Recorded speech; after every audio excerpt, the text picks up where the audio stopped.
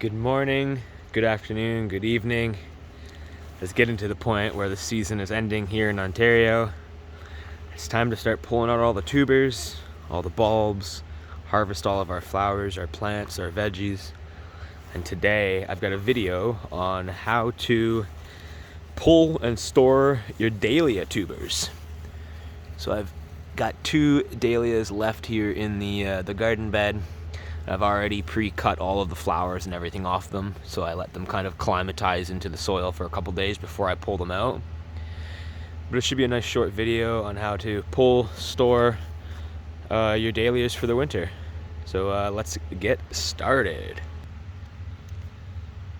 First thing you want to do is cut down your dahlias so that you have just a little stalk left on it, so that when you do pull out the tuber, you know where the next year's flower is going to grow. And what I like to do is I like to kind of just dig just around it just a little bit, just to kind of loosen up the soil on the top. And if you are using tomato cages like this to hold them up, I would you can pull them out now or you can wait. But I just kind of dig it around just to loosen up the soil just a little bit, just like that.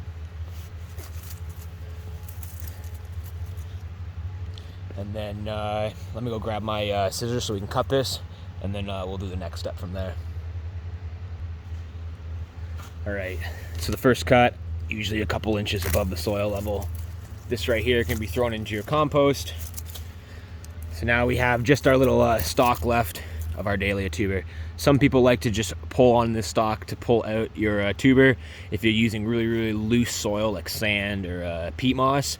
But you don't want to break off the actual tuber or damage the tuber at all. So it's better to try and dig kind of around it. Use a shovel if you'd like. Take your tomato cage out if you can. So we'll dig around it until you start to see the tubers. They look like little potatoes almost, right? And if you can pull this just a little bit and you can kind of start to see around, it's lifting up. Keep digging. Last thing we want is to pull the tubers out and then they're damaged, right? Like this one's a little tiny tuber right here. Let's see if we can pull it. There we go. Boom. And there's our main tuber. And as you can see, I actually did, when I pulled it out, I left one in there. So this one right here will still keep, because next year, this one right here will actually turn into a single flower. So we'll have like a mother almost, and then we'll have like a little, a single. So here's our tuber. And now the next step to do is to remove all the roots and the extra soil from it. So let's do that now. So it just takes a normal pair of scissors, and we just go in here and we cut off all these roots, shake off all the soil, because we don't want any of that soil to hold any moisture in and rot these over the winter, right?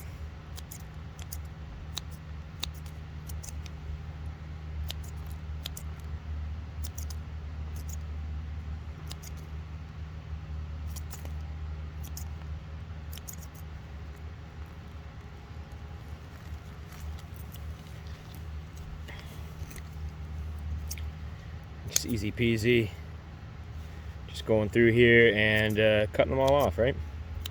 Being careful that you're not hitting any of the actual tubers themselves. And then just using your fingers. Some people like to use some water here, but I prefer just to use a brush or my fingers to pull her out.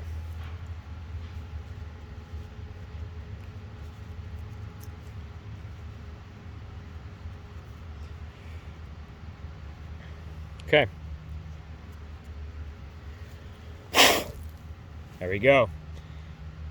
And then once I've got that, what I like to do is I like to cut this stalk off just below where it goes green. So you can see it's green-brown there, just below where it's green.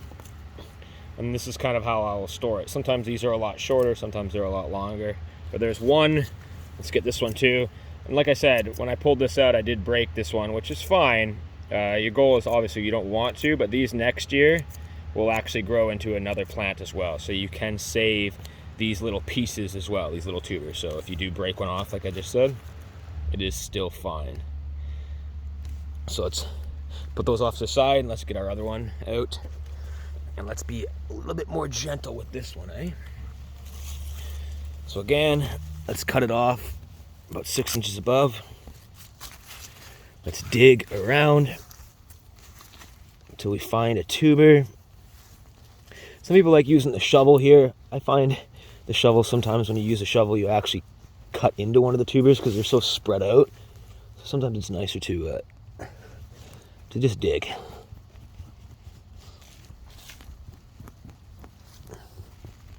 And like I said, I am using a peat moss base here, so it is really easy to pull things out. As you can see, the tubers there. I'm going to try and get underneath a bit and then lift up so we don't break any of this time. There we go. There we go. Got some roots stuck in it still. A second. There we go. Boom. There. Pulled her out. And like we did on the other one, shake off all the soil.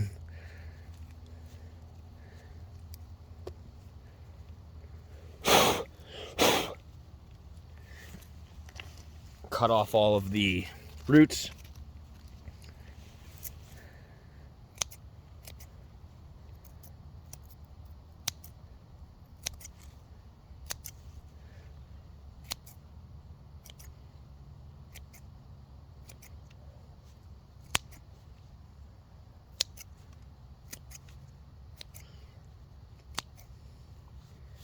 Okay.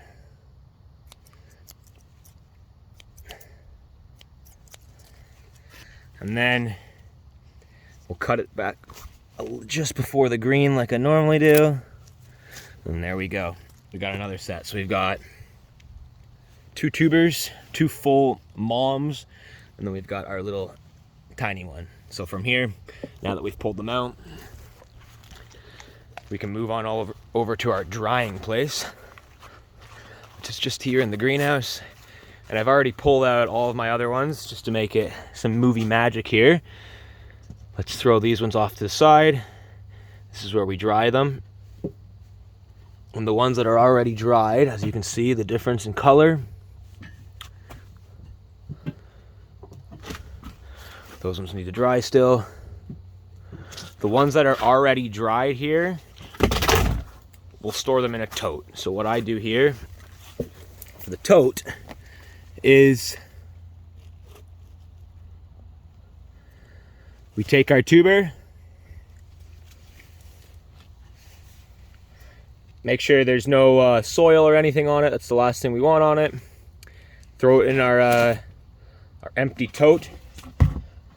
Actually, sorry, before we do that, let's actually get a bag of vermiculite, whatever brand. I like using the coarse vermiculite. Let's put some vermiculite in the bottom of it first. The vermiculite is what we use to dry them. If you just put them in a container without anything in it, there's a higher chance of it molding. So vermiculite into the bottom, and then this is when we can start. This is when we can start lining them in here. One. Again, if you guys want to label these or anything like that for colors, you are totally welcome to do that. This is just vermiculite. You can use perlite, you can use peat moss. I actually have vermiculite and peat moss, so we're going to do a mix here. Vermiculite, peat moss. You're just looking for something that's not going to hold the water into the tubers, right? You want to make sure that these tubers are dry.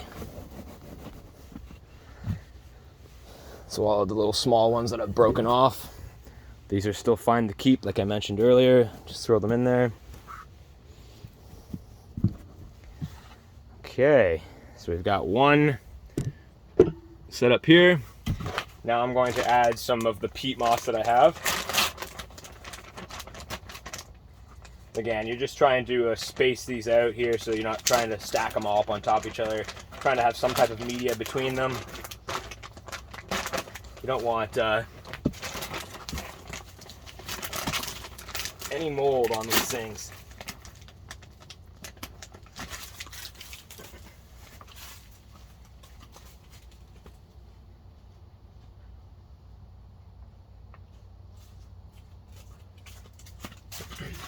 Got scissors.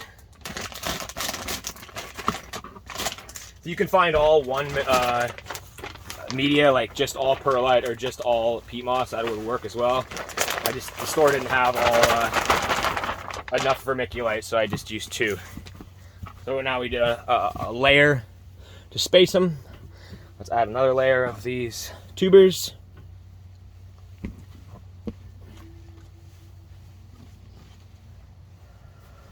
And then after you get them in these totes, you want to make sure that you're storing this tote in a place that's not going to freeze. So you can't really keep this outside. You got to make sure that it is in a place that these aren't going to get a freeze again. And when you're drying them too, make sure when you do come out, so if you are pulling them out today or in the next couple of days when the frost is near, make sure you bring them into a space to dry them so they don't get frost. Because when you're drying, you don't want them to get frost, freeze up the inside, and then kill the tuber. So make sure you dry them out before the frost. It is nice to get your tubers, to allow your dahlias or your tubers to see a frost, one frost, but make sure you're not drying them in the frost. Okay, we've got another layer of the tubers. And then another bag of vermiculite.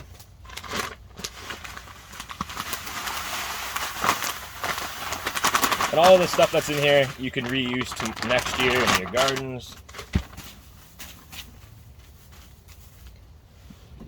And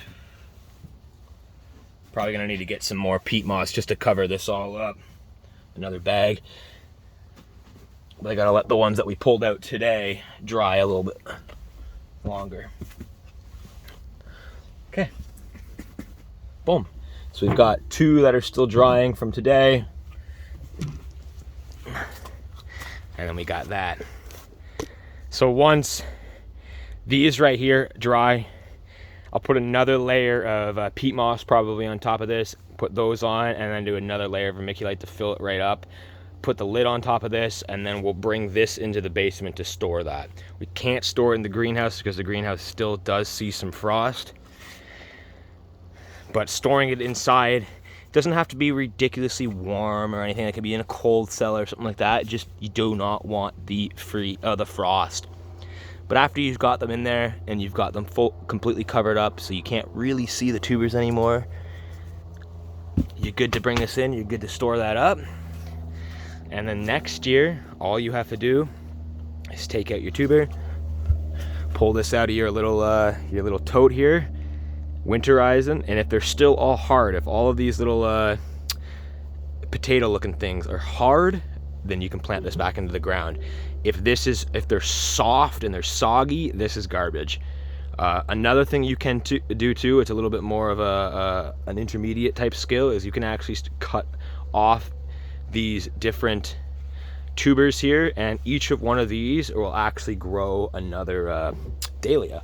Like we had in here, some of those separate ones will actually grow. Some say that the amount of tubers that are on the mother, so this would be considered a mother here, the amount of tubers that we see, so if there's 8 here, usually you'll have 8 stems coming up, so 8 different, maybe 8 different big flowers or duplicates or different branches that have multiple flowers. So you realistically can turn this into, if there was 8, you could turn this into 8 separate plants, or you can use it as a big mother. Some people like to keep them as mothers, some people like to separate them. We are going to keep them as mothers. But just a quick tutorial, guys, on how I preserve, save, pull my dahlias. We are in the zone, I think 5A here, where we can't keep them in. But as you can see, guys, the garden is almost empty. Just have the snapdragons left. But I appreciate you guys tuning in. I appreciate you guys watching the YouTube videos. Thanks for all the support. Thanks for all the love. Peace, love, and cheers.